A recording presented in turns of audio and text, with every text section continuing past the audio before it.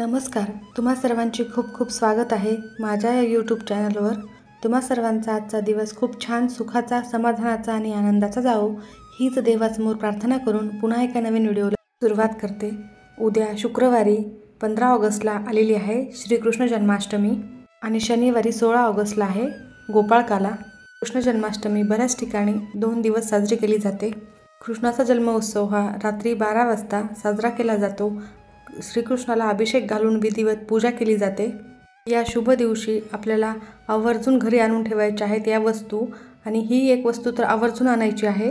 त्यामुळे तुमच्या घरातील वादविवाद, भांडण, नकारात्मकता दूर होणार आहे आणि तुमच्या आयुष्यात अत्यंत शुभ गोष्टी घडत राहतील. तुमचे सर्व कामे मार्गी लागतील. त्याबरोबरच तुम्हाला तुमच्या पैशांच्या काही अडचणी असतील तर त्या देखील दूर होणार आहेत आणि अखंड लक्ष्मीचा वास घरामध्ये राहणार आहे. म्हणजे निगेटिव्हिटी घरामध्ये येणारच नाही इतकी ताकद या वस्तूंमध्ये आहे. घरामध्ये सतत वादावाद होत असतील, कटकटी होत असतील, कोणत्याही क्षुल्लक कारणावरून तुमच्या घरात भांडणे होत असतील किंवा घरातील लोकांमध्येच एकमेकांमध्ये प्रेम नसणे, यासारख्या सर्व अडचणी आपल्यापासून दूर राहण्यासाठी कृष्ण जन्माष्टमीच्या आधी ही एक वस्तू आवर्जून घरी आणा आणि त्यानंतर त्या वस्तू घरामध्ये ठेवायच्या आहेत. भगवान श्रीकृष्णांना या वस्तू अत्यंत प्रिय आहेत. तर अशा शुभ दिवशी घरामध्ये त्या वस्तू स्थापित केल्या तर तुम्हाला त्याचा नक्कीच जास्तीत जास्त लाभ होणार आहे. शक्यतो या वस्तू प्रत्येकाच्या घरामध्ये असतात, पण नसेल तर ह्या वस्तू आणा. या वस्तू घरामध्ये असल्यामुळे घरामध्ये सकारात्मक वातावरण राहते. फार अवघड आणि फार महाग अशा वस्तू कोणत्याही नाही आहेत. अत्यंत कमी किमतीतल्या आणि सर्वांच्या घरात असणाऱ्याच या वस्तू आहेत. सर्वात पहिली वस्तू पण अत्यंत महत्त्वाची वस्तू, या दिवसासाठी ही वस्तू खूप जास्त महत्त्वाची आहे. त्या तुमच्या देवघरामध्ये बाळकृष्णाची मूर्ती जर नसेल तर तुम्ही ती मूर्ती आवर्जून उद्याच्या दिवशी घरामध्ये आणायला हवी. म्हणजे तुम्ही उद्या कृष्ण जन्माष्टमी आहे, तुम्ही आज आणली तरी उत्तमच राहील.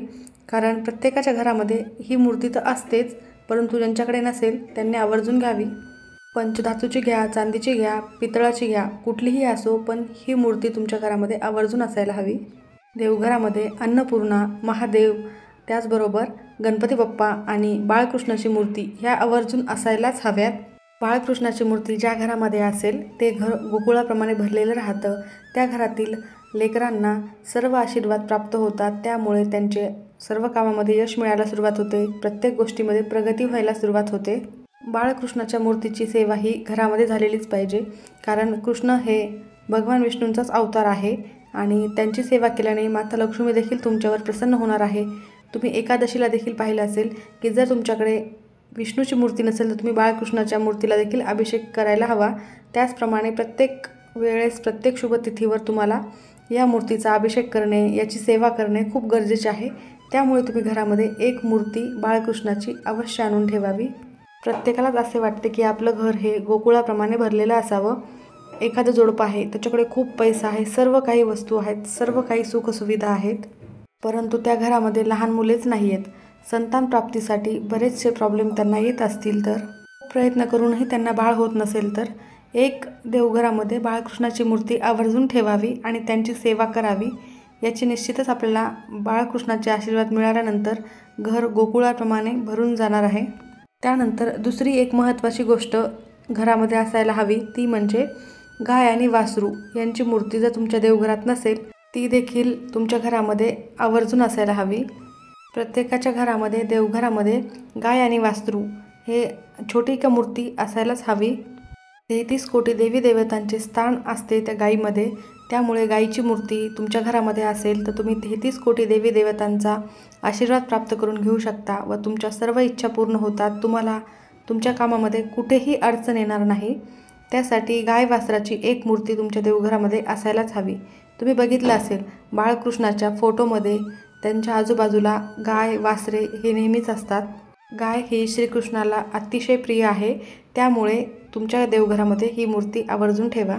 श्रीकृष्ण जन्माष्टमीच्या दिवशी तुम्ही बाळकृष्णासह गाय वासराची जर पूजा केली तर तुमच्या घरामध्ये सुख, शांती, समृद्धी कायम वास करेल. त्यानंतर पुढची अत्यंत महत्त्वाची वस्तू ती म्हणजे मोरपंख. तुम्ही कृष्णाच्या कोणत्याही मूर्तीमध्ये बघितला असेल, मोरपीस हा बाळकृष्णाच्या डोक्यावर असतोच असतो. मोरपिसाशिवाय बाळकृष्णाची एकही मूर्ती तुम्हाला दिसणार नाही. मोरपंख हे श्रीकृष्ण आणि राधाच्या प्रेमाचे प्रतीक आहे असे देखील मानले जाते. मोरपंख हा श्रीकृष्णाने आपल्या मुकुटावर धारण केलेला आहे। त्यामुळे तुम्ही श्रीकृष्ण जन्माष्टमीच्या दिवशी आवर्जून एक मोरपंख आणा, त्याची पूजा करा। तो तुम्ही देवघरात ठेवा किंवा तुमच्या मुख्य दरवाजाच्या वरती तुम्ही लावू शकता। घरामध्ये काही दोष असतील, नकारात्मकता जर असेल तर ती सर्व काही मोरपंखामुळे दूर होते। मोरपंखाचे आपण बऱ्याच वेळेला उपाय करत असतो। मोरपंखामुळे घरामध्ये कोणतीही नकारात्मकता राहत नाही, म्हणून आवर्जून एक मोरपंख तुम्ही या दिवशी घरामध्ये ठेवायला हवा। त्याचबरोबर अजून एक महत्त्वाची गोष्ट म्हणजे बासरी। घरामध्ये बासरी ठेवल्यामुळे सकारात्मकता जास्त प्रमाणात घरामध्ये राहते आणि आनंदाचे प्रतीक ही बासरी मानली जाते। श्रीकृष्णांच्या प्रिय वस्तूंपैकीच एक वस्तू हे आहे आणि प्रेमाचे प्रतीक मानले जाते। कोणत्याही शुभ कार्यात, कोणत्याही आनंदाच्या गोष्टी घडत असतील तेव्हा तुम्ही पाहिलं असेल, सुंदर मधुर आवाजामध्ये बासरी वाजवलेली तुम्ही ऐकली असेल। घरामध्ये जर आपण बासरी ठेवली तर वास्तुदोष दूर होतो। पती पत्नीमध्ये सतत भांडणे वाद होत असतील, छोट्या क्षुल्लक कारणाने वाद होत असतील तर तुम्ही घरामध्ये तुमच्या बेडरूममध्ये एक बासरी आवर्जून ठेवावी। त्याचबरोबर ज्या घरामध्ये घरातील सर्व लोक एकत्र बसत असतील, एखाद्या रूममध्ये किंवा हॉलमध्ये जास्त काळ घालवत असतील सोबत, तर त्या रूममध्ये किंवा त्या हॉलमध्ये एक बासरी आवर्जून ठेवावी। सर्व नकारात्मकता दूर होते व सर्वांमध्ये प्रेम सलोखा वाढतो। तर या गोष्टी महत्त्वाच्या आहेत, या गोष्टी आवर्जून ठेवाव्यात। बाळकृष्णाची मूर्ती तर असायलाच हवी, तुम्ही त्या दिवशी देखील स्थापित करू शकता जन्माष्टमीच्या दिवशी। त्याचबरोबर खूप सकारात्मकता जाणवेल आणि मोरपीस आणि गाय वासरूची मूर्ती ह्या देखील काहीही महाग नाही आहेत, स्वस्त वस्तू आहेत आणि प्रत्येकाच्या घरामध्ये असतील, पण ज्यांच्या घरामध्ये नसतील त्यांनी आवर्जून या आणाव्यात। माहिती जर तुम्हाला आवडली असेल तर नक्की व्हिडिओला लाईक करा, शेअर करा आणि सबस्क्राईब नक्की करा। बेल आयकॉनला देखील आवर्जून प्रेस करा, त्यामुळे असेच नवनवीन व्हिडिओ तुम्हाला लवकरात लवकर बघायला भेटतील। मला कृष्ण जन्माष्टमीच्या खूप खूप शुभेच्छा आणि व्हिडिओ बघितल्याबद्दल सर्वांचे खूप खूप धन्यवाद।